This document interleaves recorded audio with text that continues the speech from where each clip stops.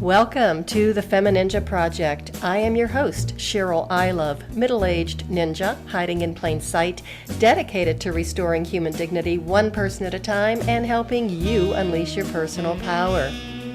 Discover that it's possible to look like a woman, act like a lady, move like a ninja, and think like a warrior. And remember, men are always welcome on the FemiNinja Project.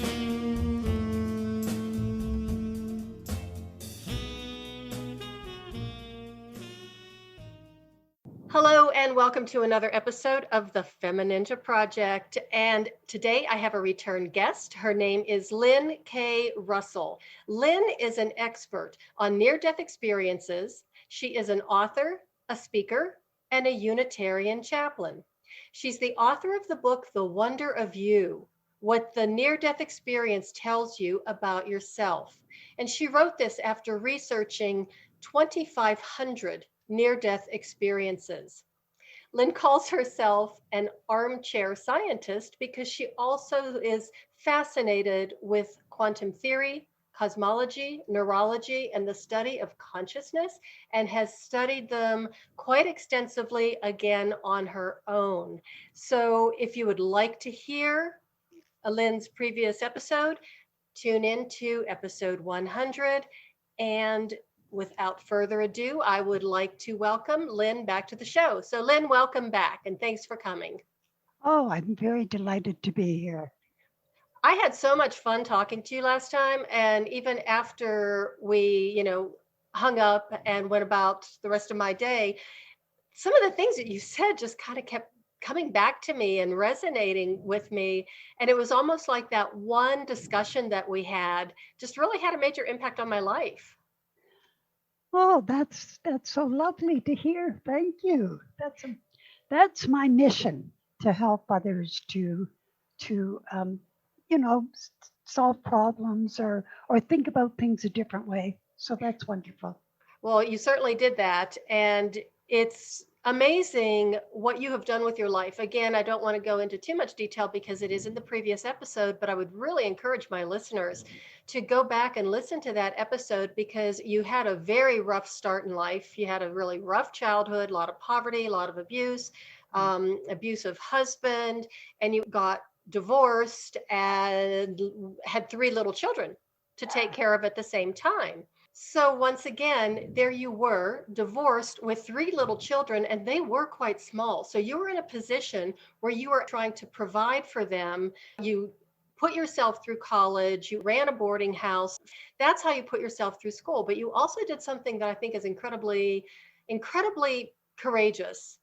And you dropped everything and you actually moved across the continent. Yeah, that's true. I didn't think it was very brave. It was just something I had to do. If I wanted to get a good job and look after the kids properly, then I had to take action. It's not like you moved to the next county or to the next city. I mean, you actually drove across the continent of Canada. Yeah, I did. And Yeah. did you know anybody where you were heading? Well, I kind of did it in stages. I came out west because I was in Ontario, and I came out west to look for a job, and I had a brother who lived here in Regina, actually in Saskatchewan. And so I went to stay with him. But here's a very interesting story. When I got a job, I got an interview and I got a job, and I was very pleased. And then I packed up the kids. I came, went to Regina, found a place to stay, then started my job on the Monday. And the job wasn't there anymore. Oh, it was gone. I had no job.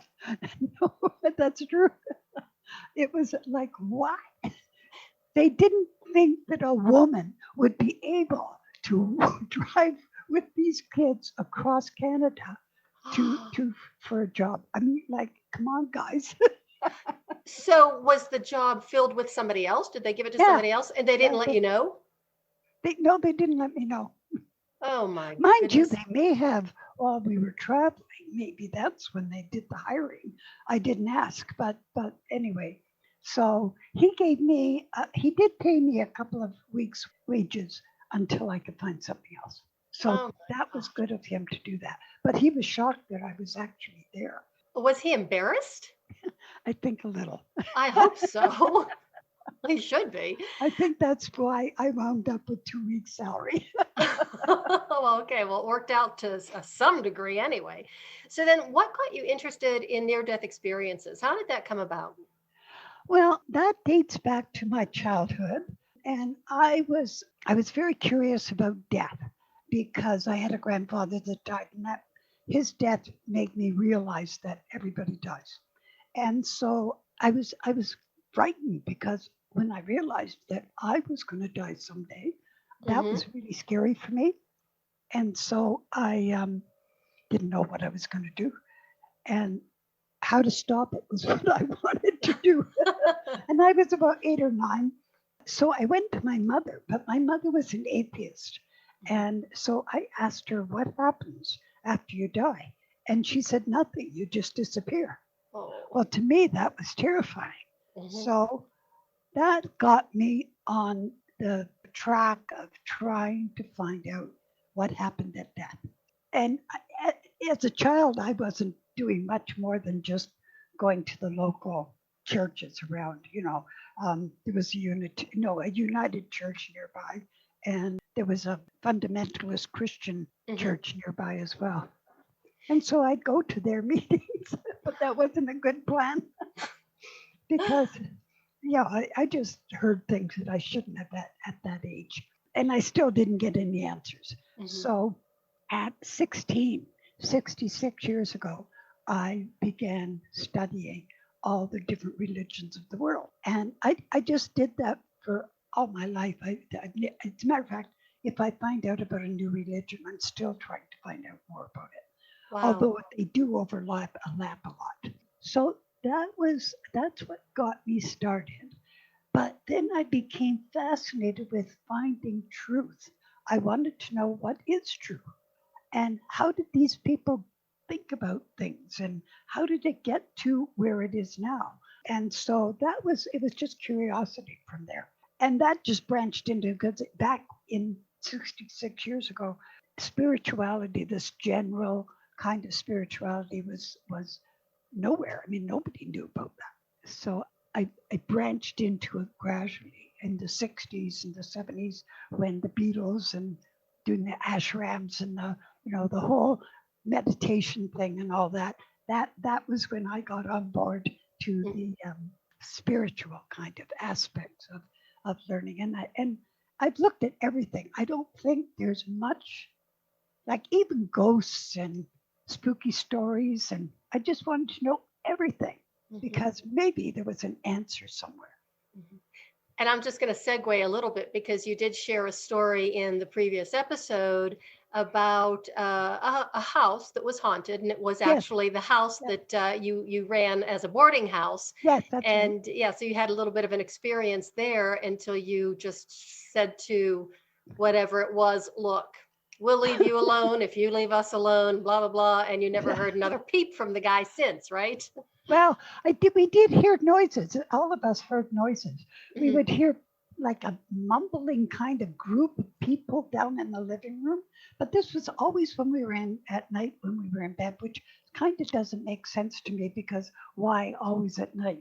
But we would hear this crowd of people. It sounded Mhm. like maybe a cocktail party or something. Anyway, Paul talking. And Mhm. then we would hear the kitchen cupboards opening and closing. And Oh. then there was one time I was quite ill and I was in bed and my one of my boarders had taken my children to daycare. So I'm alone in the house and I hear this child cry out and I think it's my child. So I get up Oh and I wow. start to go down the hall to their bedroom and then I go, wait a minute, there's nobody here. So I just turned around and went back to bed. That was the last I heard that. One of these days, we're going to have to do a whole episode on that because I have some stories I could tell you that, I mean, even this morning, I had something very, very strange happen as I was, still sound asleep.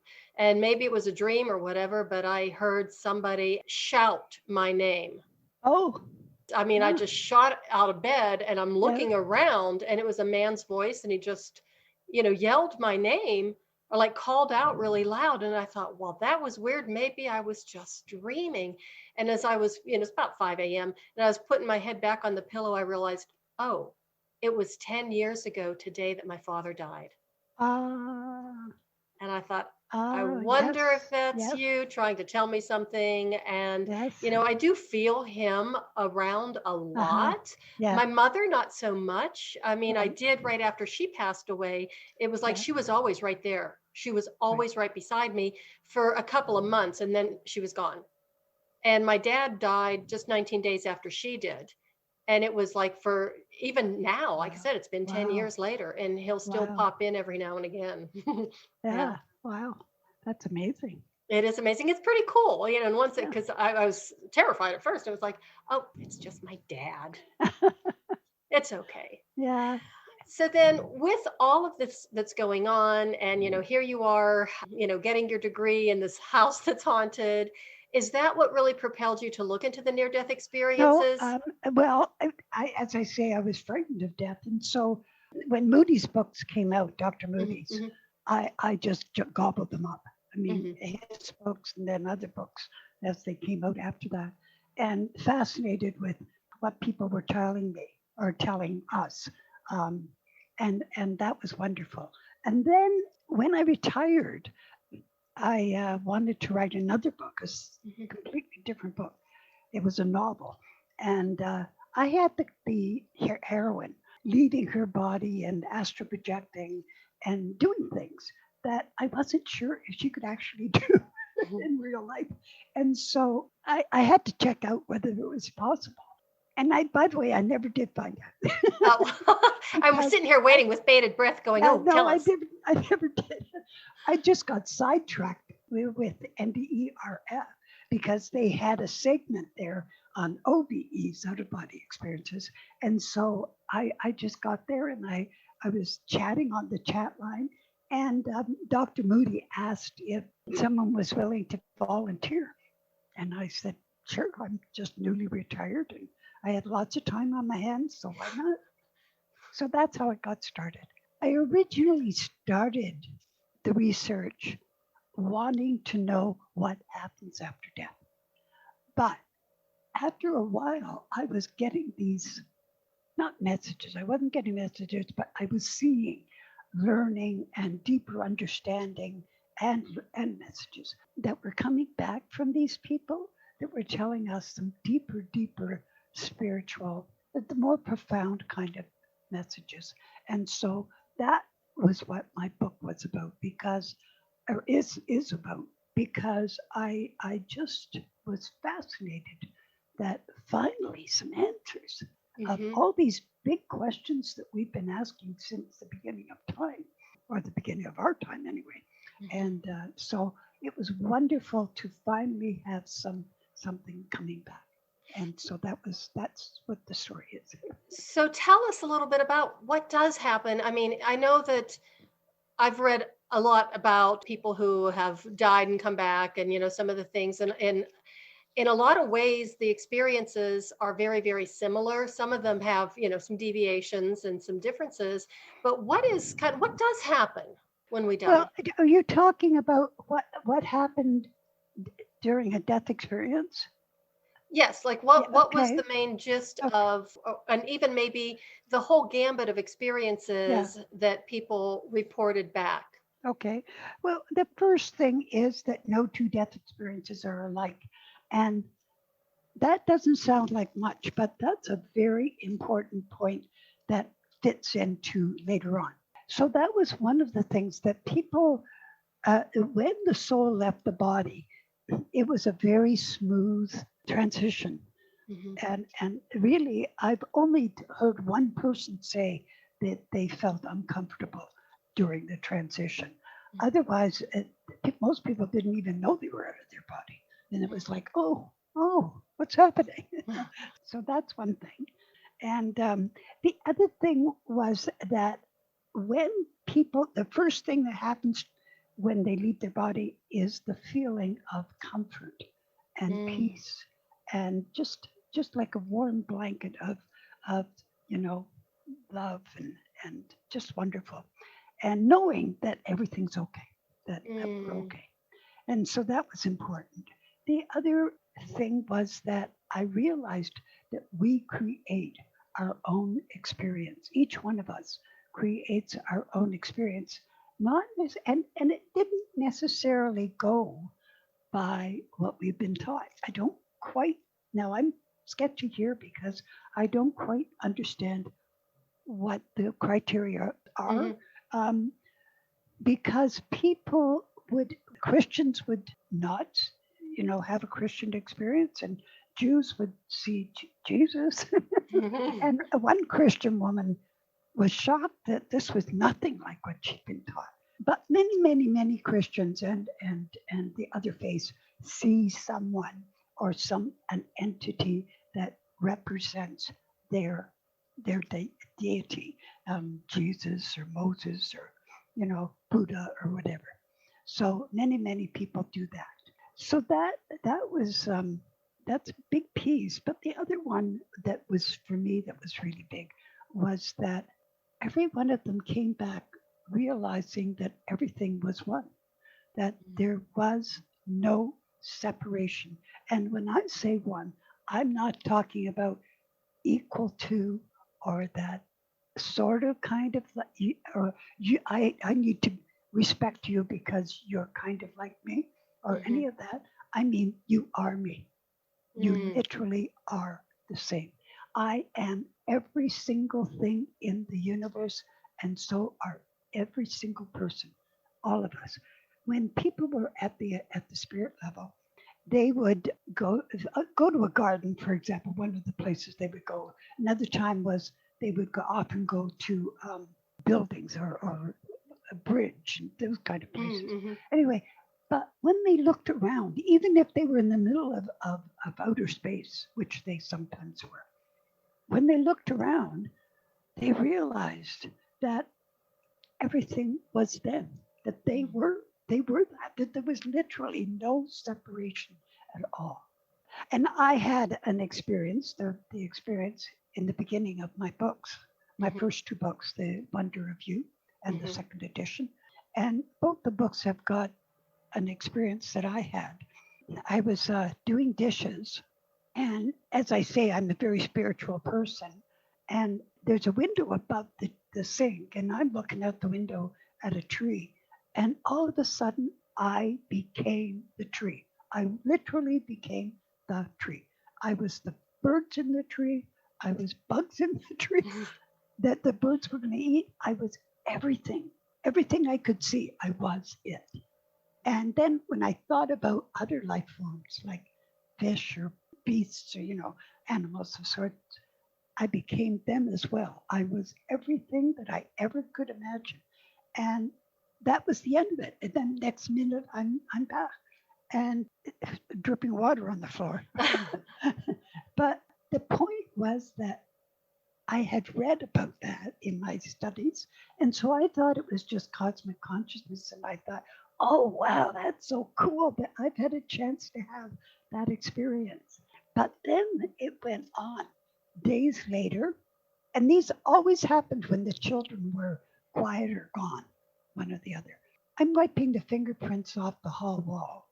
And all of a sudden, I'm not seeing the wall. I'm seeing an atom with the nuclei and the electrons going around. And then that expands to our solar system with the sun and Wow. the planets going around. And then that expanded to galaxies and our galaxy Wow. particularly, and how there's a center base and then everything's going around. And it just went on and on. It was like a micro and macro universe. And I was getting, I don't know, I want to call them messages. It was more like information, an understanding while I Mm. was seeing all of this. And the understanding was that this didn't just happen, that there was order and planning within all the universe, Mm-hmm. and that there was an intelligence. Mm-hmm. And that was sort of cool. And then I heard a message, and this message actually upset me for a long time until I understood it. And the message was my being was intricately connected to the operation of the universe. Well, that was too much. I couldn't take that because what kind of responsibility was that on my shoulders? I was just And going to it say didn't. that's a tremendous amount of responsibility to take Yes, it on. was. Yes, it was very frightening, and so I just wanted to push that away. I didn't Mhm. want to know about that. And just an aside here, in my last interview, I talked about that I had been assessed as mentally slow, Mhm. and then we found out that I was above average. So the the point of that was that while I was slow, other people were making my decisions for me. Mm. And so I didn't know how to make proper decisions Mhm. and to take responsibility. It was terrifying for me. I mean, I did it, but it was still scary. So here I am having this experience and this responsibility of being a part of the universe and intricately connected to the universe. And I just went, oh, no. Okay. So now that's the end of that. That ended right at that point. And again, days go by, and now I'm in my living room, and I'm in the middle of the room, and I'm picking up toys and whatever, and just tidying. And all of a sudden, there was a presence in the room with me, and I couldn't see anything. All I saw was a room, but Mhm. this presence was so strong that I just knew there was somebody else there. And I don't think I asked anything. I just stood there, you know, because it felt beautiful. I was Mm. being wrapped up in a huge blanket of more love than I could ever imagine. I didn't even know that much love existed. Mm. And so that was phenomenal. But the other thing about that was that I was being told that this is where I'd come from and that this was where I was going to return. Oh. And that was just wonderful because that was the end of my fear of death. Bang, Mhm. gone. If that's where I was going to go, when? So that was just marvelous. I didn't understand what happened, but Mhm. I was walking on 3 feet above the air for months, three, Mhm. 4 months. And I stopped biting my fingernails. I used to bite them like crazy, Mhm. and I stopped that. And again, as I say, I had no death fear. It was Mhm. gone.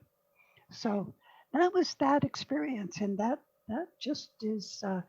But now I understand the whole experience is talking about the oneness Mhm. and that we are all connected, that we are all one, and there is really, in actual fact, only one spirit Mhm. that is having experiences as a human being in Is that this how you lifetime. got the title of the book, The Wonder of You? Yes, It's pretty powerful. And it's also, in a lot of ways, very liberating. I mean, once you got past the responsibility of being part of the entire universe, but it's very liberating and very freeing. And there's something you told me a while back that, and this actually just tied in so beautifully because the responsibility of the universe and being part of that is that you told me that responsibility and freedom yes, are really the same thing. yes, exactly. There is literally, and that came to me when, as I said, the family and my siblings, my parents and siblings used to make my decisions for me because Wow. I wasn't, I was too stupid, right? Hmm. So I didn't get to do that. And so I didn't learn to take responsibility of my actions. I didn't get the consequences of my actions. I mean, not in reality. And that is why I wound up marrying an abusive alcoholic because he was going to be the big bad daddy that was Mm. taking the responsibility for the bad decisions, not me. So how So, old do you think you were when you started to make your own decisions, when you had that freedom or given that permission to make your own decisions? well, I did make some because obviously I made the decision to do my studying. Mm-hmm. I made the decision to do my studying, and I made the decision to go back to school and become a family counselor and to move and things Mm-hmm. like that. So I I did mean, make decisions. these are not small decisions. I mean, these No, are no, huge. but I always felt lost. Like I'm Mm-hmm. doing this, but am I right? Is it okay? I Mm-hmm. mean, all the way through, I was constantly questioning myself with my treatment of the children, how I dealt with them, and with moving, and with every decision, I was second guessing myself because I did it, Mm-hmm. but I just wasn't sure. Was this the right thing or not? Mm-hmm. And I had an experience. Like I had two experiences, so I'll tell them. And they're really quick. The Okay. first experience was that I realized that responsibility and freedom, and that was a big aha for me, Mm-hmm. very big aha. So responsibility and freedom are the same thing, and that you cannot have one without the other. And by not making decisions and not taking the consequences, I was shirking my responsibility. Mm. I also was giving up my freedom. So Mm. that's changed me. Boom. That just changed that. And so that was part of the story. Well, it's almost like when you say that too, that you were giving up your freedom. The way I look at it is also you were giving up your personal power. Yeah, exactly. Exactly. And I Yeah. think that happens way too often. And once you give a little bit of it, Yeah. then it's easier for other people to start chipping away at your personal power. And it's almost like, Absolutely. you're doing it to yourself and other people are doing it to you. And before you know it, I Yeah. think that's how people end up, Yeah. Yeah. helpless or Yeah. mentally ill or incapable of getting out of really difficult situations because they Exactly. don't have the confidence or the Yeah. courage to do it. And a little side thing here that is another aha of mine was that emotions build on themselves. So if you are feeling angry and you express the anger, it will grow. Mm-hmm. And the more angry you become, the more angry you become. Like Mm-hmm. it just keeps getting worse and worse until you're in a rage. Mm-hmm. The other thing I learned was that, like, for example, emotions control you. And that, or at least most people do.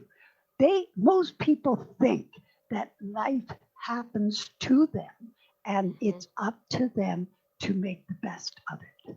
And that is the opposite. We are the controllers of our lives through responsibility and freedom, and we must take the responsibility of that. But we also can change it. We can change how we see things or how we react Mm-hmm. or how we do things. That completely Mm-hmm. can change. So we need to understand that as well. Mm-hmm. That It's we can't change the circumstances, but we can certainly change and control how we uh, react to it. And yes, one prime example, of course, would be with the pandemic. It's like we can't control what's going on, but we can take some sort of action to get through it in a way that keeps us mentally, emotionally, psychologically, and physically healthy to come yeah, through it on the other end. absolutely, absolutely. Yep, totally support that. The So, other thing is that, and just a little bit more on that emotion thing, that that all emotions do that. Like if we get into depression, mhm, if we linger and concentrate on the depression will grow, and so on. So whatever, if we're kind and we're loving grows. mhm, So you know, and it's a decision we make mhm. because we can control what we think. In martial arts, in my training, my Mhm. sensei, he would say, do not let your emotions control you. if you're in, you know, a situation where you just get very emotional, you get enraged or whatever, he said that is actually going to take you down. You have to Absolutely. almost like not divorce yourself from it. You have to kind of step back. He Yeah. called it Yeah. controlled rage. And he says that is going to put you back in control, but your emotions will absolutely, they'll, you know, ruin your judgment. You know, you'll make bad decisions. And even in a situation like a conflict, he says that's really going to take you down. Yeah. Yeah. It's absolutely true. I So agree that with that. applies to anything in life or any Yeah. situation. Yep. Yep. That's right. But I do have to go back to the anger and the expressing of the anger because, you know, I'm Eastern European and we do anger pretty well. But it's like when we get angry, sometimes we just let it out and then it's done. And we just move Yes. on. So that I Yes. think sometimes, and especially having a sounding board where you can say, I'm really angry because of blah, blah, blah, blah, blah, Yeah. blah. Yeah. Yeah. And it's like, oh, I feel better now. Nobody got hurt. Yeah. And I'm not suppressing it. So there's a difference, I think, between being able to express it and suppress it. Yeah, I think what I'm talking about is when we get so angry that we lash out, Yeah. and that's the kind of anger that is destructive. Or the kind where you're hanging on to it like a dog with a bone. Yeah, right, right, right. And there was another incident that I wanted to mention to you because it was part of my becoming the person I am now. Mhm. Did I tell you about curling up in the corner and not doing anything for 2 weeks? No, I think I would have remembered that. No. Okay, I was so upset because I'd had an incident again, and my mother, um, I mean my father, forget him, but my mother, I respected, and so I wanted her approval. But she was a perfectionist and very critical, very, Mm. and so I never could please her. I never did it. So she was being so critical about what I was taking at school because that was never going to get me a decent job. Oh. And she had my mom and dad had a motel, and I would go there in the summer and work as a chambermaid. And I never did everything completely the way she wanted it. So I came out of that very, very depressed. And we came home from the motel, and I got the clothing and school things and so on for the kids to go back to school that weekend. Well, then at the end of the week. And then I sat on a couch and I didn't move. The only time I got up was when the kids came home from school and I would get them their meals and I looked after them. That was my responsibility. But I didn't, when I was not having to do things, I was back on that corner and I stayed there forever. It felt like forever. It was 2 weeks and I was berating myself. You know, I'm not good enough and I'm never going to get the approval and they'll never show me the love I want, blah, blah, blah, blah, blah. And just whining, actually, but maybe I just needed a good whine. Anyway, in the middle of this, or towards the end actually, but this voice, or me maybe, a thought came to me that said, but do I deserve it? And then it was as if I had stripped off my, gosh, gee, well, I can't say nice things about myself kind of part. And I looked at myself really. I was honest, I was caring, I was hardworking, I was giving, I was honest. What more could you ask, eh? And so at that moment, I gave myself my love instantly. That changed me. That I walked out of that spot a whole different person. It's that self-love and self-compassion that we all need to work on. Yeah. So maybe it won't come from out there, but maybe it'll come from in here. Mm-hmm. One of the things that happens for people when they're having a death experience, and this happens for, I should say, the souls, not people, and this happens universally, pretty much, not completely, but pretty much, is the life review. And we have to look at what we've done. But we don't look at anything to do with how much money we had or our position or what we have, all the things, you know. As a matter of fact, as soon as the soul is out of the body, material things are just nothing. They don't care. It just loses all its attraction. Anyway, during the life review, they realize how they have treated others and how the decisions that they've made connect with others and how it makes other people's lives. And so that's what they look at. And so they will literally become the person that they've been dealing with. And if they've done kind things and giving things and made that other person happy, their soul is overjoyed. I mean, it's like ecstasy. It's so happy. But if they have harmed another, then they feel so bad.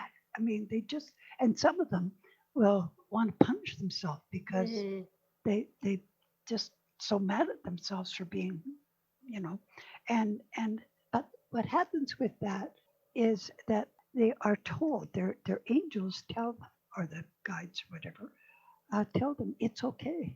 It's just a learning experience. Wow. Yeah. So I want to ask you about the Unitarian chaplain. I can see how your path is taking this little journey, and it seems like a pretty logical transition to becoming a chaplain. But how did that all fit in, and when did that occur? Well, actually, just recently, Oh, I will be a chaplain for 6 years, and my time is up on this coming July. okay. So then that's it. But I've gone to the Unitarians since I was about 18. I found them. That was one of my study things. And one of the things that attracted me about the Unitarians was the fact that they didn't have a dogma and they didn't have a definite, this is the way it is. They were searching and Okay. they were open to hearing other ways. And so that fit perfectly. Since then, I've given many talks at the Unitarian fellowships or churches or whatever. But what I love about it is that they are so they'll argue. You know, we after a talk, they open the thing up and everybody discusses the talk. And you'll have people that'll disagree and say, no way, and that can't be, whatever. And that's fine. That's okay. I don't mind at all. But I just love the openness. I love in the Unitarian Fellowship, we have many atheists. We have lapsed Catholics, and we even have lapsed Muslims. And we also have Jews, lots of Jews. Wow. Jews that are, you know, not sure about what they're learning. And so this answers their questions. It doesn't tell them how they're supposed to be. And it doesn't say that they can't continue to believe what they already believe. It's just somewhere they can come to share. Oh, nice. So you still are actively in that community? I'm still in the Unitarian community, yes. That's 60 years later. And the reason why is because now where I live in a very small city. And so there's not much in the way of Unitarians. But I have a group that I belong to in Victoria, BC. And I've just been asked to do some talks for a new church that's just coming in Burundi. So that's cool. That is totally cool. Okay, so I hope you don't mind me mentioning this, but if people are listening, they could do the math. You're 82. Yeah. And you still have a whole lot going on. Yeah. You're in the process of writing 2 new books or 2 more books? Yeah, the next book is it's a book on spiritual science or the spirituality of science. And so it is, I'm going to call it Your Quantum Consciousness. And it's in the final editing, and then I can get it to a publisher. And I have some publishers interested. So Okay, well, you have to let me know when it does get published. that it takes about a year and a half after it's been accepted to get out. But I still want to know anyway. And then you're also writing your memoir, and you sent Yeah. me some of it, and I started reading, and it's kind of like, wow, it's just wow. That's all I can say is wow. I can't wait for that to come out too. And I know it's a long process, but yeah, it's a really amazing story, and I think it will help inspire an awful lot of people. Yeah, I hope so. I actually am going over it since we last talked. I've then started to, do editing. I'm going, oh God, did I send her that? Because it was a rough copy and loaded with mistakes. No Anyway, judgment on that, believe me. I but the, just the story is there. So yes, and no, yeah, don't worry about that. I It's do have another experience that I would like to tell people. sure. And that was when I was finally graduated. We were now in Calgary, and it was wonderful, just wonderful. And I became a family counselor in a children's hospital here, Oh, and it wow. was just magnificent. I loved it, and so that was marvelous. So there I am, and I've maybe been not quite a year at work. Uh-huh. Yeah, I started in, I think it was the 1st of July, and this was the following March. Mhm.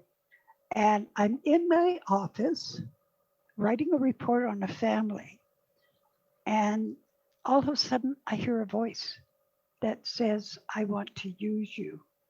And it was just like it was right here, and right beside my right ear. And I went, no bloody way.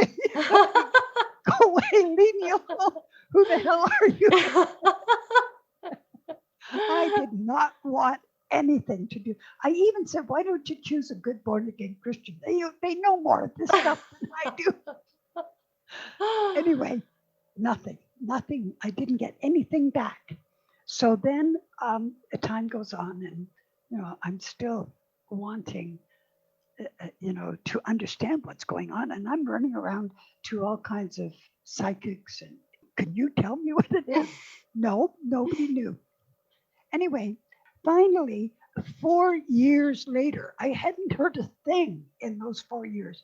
I'm in a restaurant with my daughter and her friend, and they're just being teenagers and being silly. And I'm just sitting there, and I hear the voice again. And the voice says, and this is verbatim, I still want to use you, you know. And I had just been through hell. I was dealing with three teenagers, and my house had burned down, Oh, and I just had a whole bunch of bad things happen, and I was just wiped. I couldn't. So I said to this, whatever, okay, fine, but I have nothing left to give. And the voice came back and said, don't worry, I'm preparing you now. wow. And that was it. I haven't heard a single word since. Well, So apparently at you're least I doing know I'm sane. well, no, either that or you're doing the right thing. You're following along the instructions, right? They're whispering them in your I ear now. must be. I must be. But I'm just, the fact that what I'm doing, I wonder if I would have done it anyway without the voice because I was already on this path. Well, maybe the voice just assured you or reassured you that you were taking the right path. Yeah, maybe. Yeah. That could Well, be. Lynn, thank you so much for being here again. I mean, you are just a delight to talk to, and I love having you on the show. Ah, thank you so much. And I just hope that this helps other people. That's my goal. I To, can't see how it wouldn't because, it's just fantastic information. Your story is truly remarkable. I mean, it's not a feel good story. It starts out really rough, but it certainly ends up that you've just really made a difference in the world and in your life and the lives of a lot of other people. well, thank you so much for having me. Well, I've enjoyed visiting with you as well. it's always fun. You're just a wealth of information. Mm. And one of these days we'll have to tell the story about Babe and the bra, but we'll save that for another time. Okay. Okay. Okay. So thanks again for being here, Lynn. Okay. And Bye-bye. everybody, thank you so much for listening. I really appreciate it. And remember, become one with the universe and really pay attention to the signals that it might be sending you, because it just might change your life. And that is the way of the FemiNinja.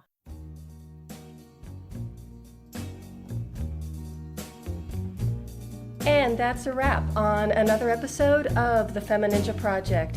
Thank you so much for listening. And remember, be safe, be strong, and until next time, bye now.